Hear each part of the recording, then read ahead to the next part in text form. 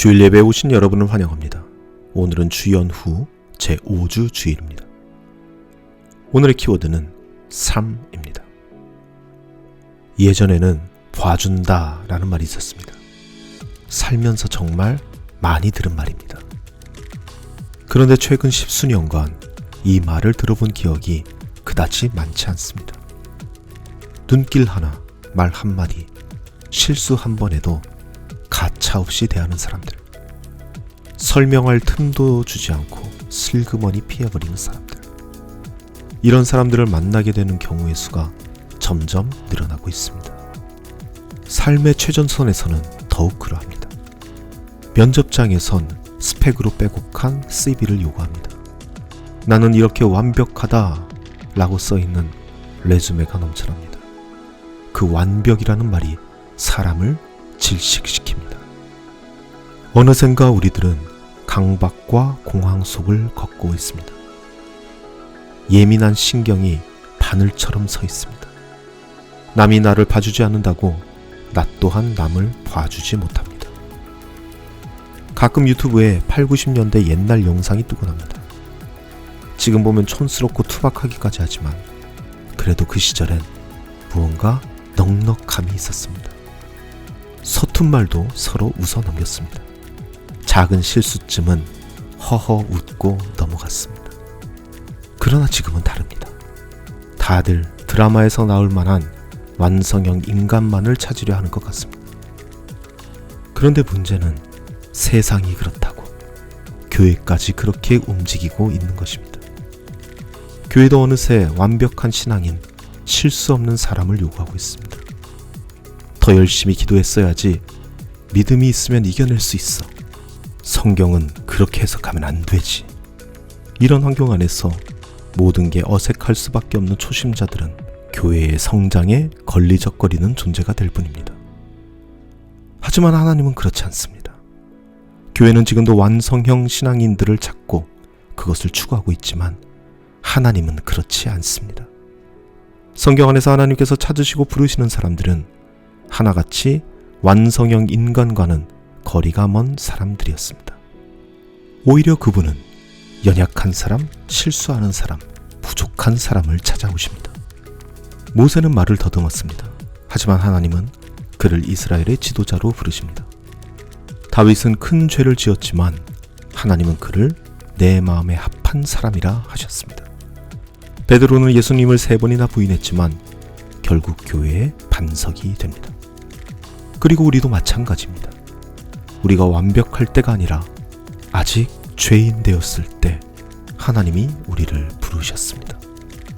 오늘 우리는 교회 안의 팽배한 이 강박과 완벽주의의 굴레에서 벗어나는 여정으로 함께 떠나려 합니다. 그리고 이 이야기는 우리가 지난주에 이야기했던 소박함이라는 단어를 이 땅에 실현시키게 되는 중요한 단초가 될 것입니다. 다 같이 기도하시겠습니다. 우리의 삶을 주관하시는 하나님 아버지, 오늘도 같은 시간에 이렇게 모여 같은 하나님을 바라보는 자리를 마련해 주시니 감사드립니다. 주님께서 마련하신 이 예배의 자리, 우리가 지금 누구 앞에 서 있는지 가슴에 새기는 시간이 되기를 소망합니다.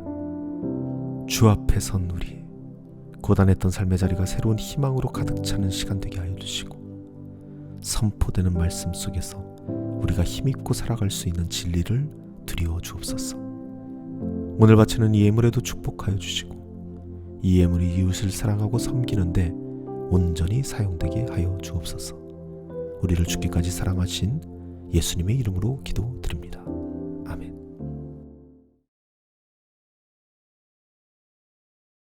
저와 제 딸들이 영어를 대하는 자세는 서로 완전히 다릅니다. 저는 영어를 공부하지만 제 딸들은 영어로 살죠. 저희 가족이 뉴질랜드에 살다 보니 한국에서 사시는 많은 분들이 예전에 자주 물어오던 질문이 있습니다. 저와 제 딸 중 누가 더 영어를 잘하냐, 이런 질문들 말이죠. 이러한 질문에 저는 언제나 똑같이 답변했습니다. 영어를 공부로 따진다면 제가 더 잘하고, 삶으로 따진다면 전 제 딸들에게 비교도 되지 않는다고 이렇게 말씀드렸었습니다. 물론 이제는 제 딸들이 공부로 따져서도 저보다 아득히 더 잘하고 있지만 말이죠. 저는 한국어에는 없는 영어의 분사구문, 관사용법, 그리고 다양한 시제들, 이런 것들을 한국어로 잘 설명해 줄 수 있습니다. 왜냐하면 영어를 공부로 배웠기 때문입니다. 하지만 그럼에도 불구하고 실제로 영어가 사용되어지고 있는 삶의 현장에서는 전혀 다른 상황이 펼쳐지게 되는 겁니다. 영어를 공부로 한 사람들이 가지고 있는 강박증이 있습니다. 저에게도 있는 것이죠. 바로 그거는 틀리면 안 돼 라는 생각입니다. 그럴 만도 한 게 저는 영어를 공부했고 시험이라는 관문을 통해서 그 실력을 검증받아 왔기 때문이죠. 원래 이 시험이라는 게 틀리면 안 돼 라는 논리가 지배적인 영역입니다. 그래서 틀리면 안 돼서 저는 영어로 말을 잘 안 합니다. 틀릴까 봐요. 틀려도 된다는 것을 잘 알고 있는데도 말하는 상황에서는 틀릴 수밖에 없다는 것을 잘 알고 있는데도 불구하고 시험 영어에 너무 익숙해서 그런지 이 틀리면 안 돼 라는 강박증이 저를 놔주지 않는 것이죠. 하지만 영어로 살고 있는 제 딸들에게서는 이러한 강박증을 전혀 찾아볼 수가 없습니다. 공부를 하는 것과 사는 것의 차이가 전 바로 이것이라고 생각합니다. 그리고 하나님을 공부하는 것과 하나님과 더불어 살아가는 것의 차이도 이것과 다를 바 없다라고 생각합니다. 성경에는 틀리면 안 돼라는 강박적 신앙을 가지고 있는 사람들이 많이 나옵니다. 대표적인 사람들이 바로 바리새인들이죠. 그들은 말씀을 공부한 사람들입니다. 그래서 그들은 엄격하고 경직되어 있습니다. 그들 앞에서 무언가를 틀린다는 것은 바로 죄를 짓는다는 것과 직결됩니다. 죄를 짓지 않기 위해서 살아가는 사람들이죠. 그래서 그들이 살아가는 그 세계는요, 이 틀리면 안 돼라는 논리가 지배하고 있는 세계입니다. 우리의 대적자들이 누리고 있는 세계가 바로 이러한 세계입니다. 틀리면 안 돼의 세계이죠. 같은 실수를 반복하는 것은 나고자이며 컨디션 조절도 실력이다. 부모 잘 만난 것도 능력이다. 이렇게 말하는 비인격적이고 무자비하기까지 한 그런 숨막히는 세계 말이죠. 이러한 비인격적인 질서가 하나님 나라의 질서가 되기를 원하는 것이 바로 대적자, 사탄들이 원하는 것입니다. 적그리스도들이 원하는 것이죠. 우리 인간을 위해 이 세상을 창조하시고 다스릴 수 있는 권리를 주시며 그리고 자신의 아들까지 희생시킬 수 있는 그런 아버지 하나님이 아니라 한치의 실수도 용납하지 않는 빽빽한 질서 안에 가두어 획일화시키며 일치된 순종으로 자신만을 섬기기를 강요하는 그야말로 이름만 아버지인 그런 비인격적인 하나님이 되는 것. 이것이 바로 우리 대적자들이 원하는, 사탄들이 원하는, 적그리스도들이 원하는 하나님 나라의 그림인 것입니다. 그래서 예수님께서는 그 바리새인들을 향해 이렇게 말씀하십니다.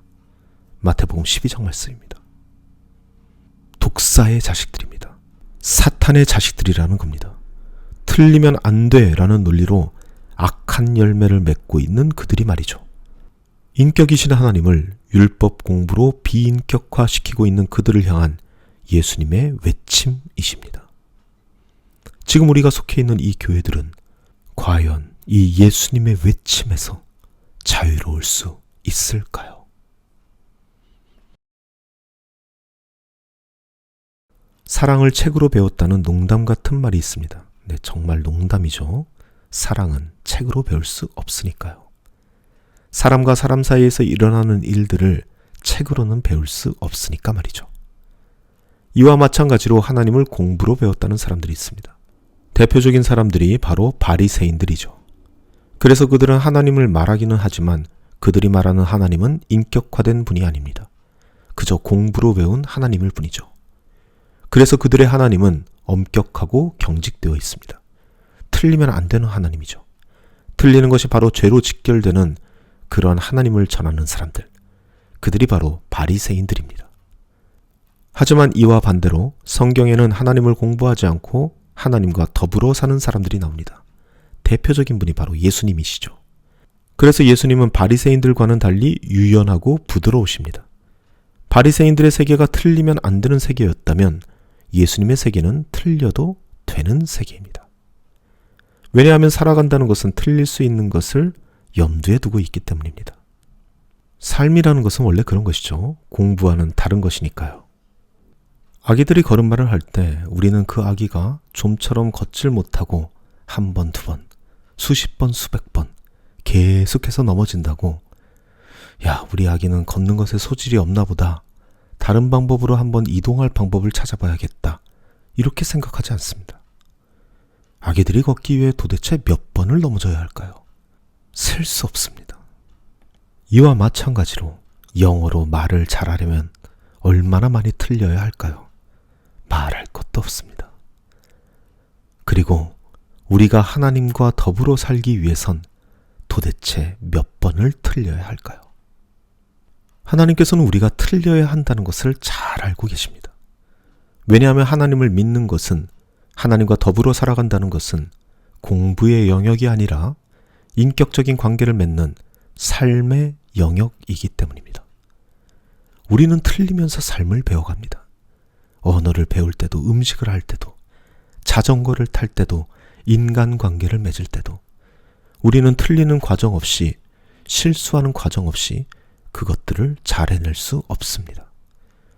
그리고 그 실수는 한 번, 두 번으로만 끝나는 것이 아닙니다. 실수하고 틀리고 또 실수합니다. 심지어 우리가 나이가 들어 인생의 관록이 넉넉히 쌓여 사람들에게 어르신이라 불리는 나이가 들지라도 우리는 여전히 실수하고 있을 겁니다. 우리의 숨이 붙어있는 이상 이 실수들은 우리의 곁에 항상 있을 겁니다. 왜냐하면 이것이 인생이기 때문입니다. 삶이기 때문입니다. 그러니까 틀려도 괜찮습니다. 하나님을 믿는다는 것은 공부가 아니라 삶이기 때문입니다.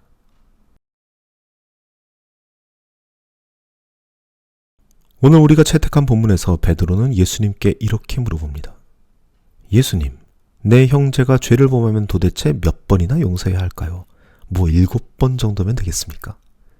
그러나 예수님께서는 이렇게 답변하시죠. 베드로야, 7번뿐 아니라 7번씩 70번이라도 용서해라. 7번씩 70번이라도 용서해야 될 이유가 있습니다. 그것이 삶이기 때문입니다. 공부가 아니기 때문이죠. 그래서 틀릴 수 있고 그렇게 자신의 실수를 인정하는 이들을 용서할 수 있는 겁니다. 걷는다는 것, 말한다는 것, 사랑한다는 것, 성경을 읽는다는 것, 이것이 7번씩 70번, 즉 490번의 실수만으로라도 그것을 제대로 할 수 있다면 그게 참 은혜가 아닐까 생각합니다. 그런데 여전히 한두 번 틀리는 것만 감수한다 한다면, 그런 세계에 우리가 살고 있다면 그런 세계는 살만한 세계가 아닙니다. 그런 세계에선 공부나 해야 하겠죠. 예수님의 제자들은 실수투성이었고 이미 틀려버린 인생을 살고 있는 세리와 창녀와 죄인들이 바로 예수님의 친구였습니다. 이들은 예수님과 동행하면서 끊임없이 틀리고 사고를 칩니다. 안식일에 밀 이삭을 잘라먹고 귀신 앞에서 벌벌 떨고 풍랑 속에서 죽겠다고 소리치고 어린아이들이 예수께 나오는 걸 막아서고 내가 더 크네 네가 더 작으네 싸우고 예수님의 사역 내내 이건 도움이 되는 게 아니라 오히려 방해가 되는 참 처치곤란한 실수투성이의 사람들이었습니다. 심지어 이들은 예수님의 마지막 순간까지 틀립니다. 죽음이 두려워 예수님을 모른다 부인하고 무서워서 골방에 모여 숨어있고 좌절해서 낙향해버리고 부활의 사실까지 믿지 못하는 마지막 그 순간까지 철저하게 틀린 선택을 하는 그런 사람들이었습니다. 그런데 주님께서는 이렇게 가능없어 보이는 사람들을 통해 교회를 세우십니다. 왜냐하면 그 모든 실패의 과정을 통해서 하나님을 공부하는 사람이 아니라 하나님과 더불어 살아가는 사람이 되었기 때문입니다. 이것이 바로 예수 그리스도의 세계이며 하나님 나라의 모습입니다. 틀려도 되는 세계, 아니 오히려 틀림으로 더 견고하게 세워지는 나라. 이렇게 우리는 하나님의 나라를 살며 하나님과 깊은 인격적인 관계를 맺게 되는 것입니다. 틀려도 괜찮습니다. 틀림으로 벌어진 간극은 하나님의 사랑으로 메우실 겁니다. 약해도 괜찮습니다. 나의 약함이 하나님의 강함으로 채워지기 때문입니다. 그렇게 우리는 완전함, 거창함이라는 단어를 버리고 불완전함, 소박함이라는 단어를 마음에 품어야 할 것입니다. 그렇게 하나님의 나라를 세워나갈 수 있는 저와 여러분이 되시기를 간절히 소망합니다. 아버지 하나님, 우리들의 틀림을, 우리들의 약함을 주님의 사랑으로 채워주시며 거창함이 아닌 소박함을 가지고 주님을 이 세상 수많은 신들 중에 하나로 섬기는 것이 아닌 나의 아버지로 존중하고 존경할 수 있는 우리 모두 진정한 자녀가 되게 하여 주옵소서. 이제는 우리를 죽기까지 사랑하신 우리 주 예수 그리스도의 벅찬 은혜와 우리를 사랑하사 독생자 예수를 이 땅에 보내주신 하늘아버지의 극진하신 사랑과 우리의 삶의 인도자이자 보혜사 되시는 성령님의 사귐이 여기 모인 주님의 자녀들 가운데 영원토록 함께하기를 간절히 축원하옵나이다. 아멘.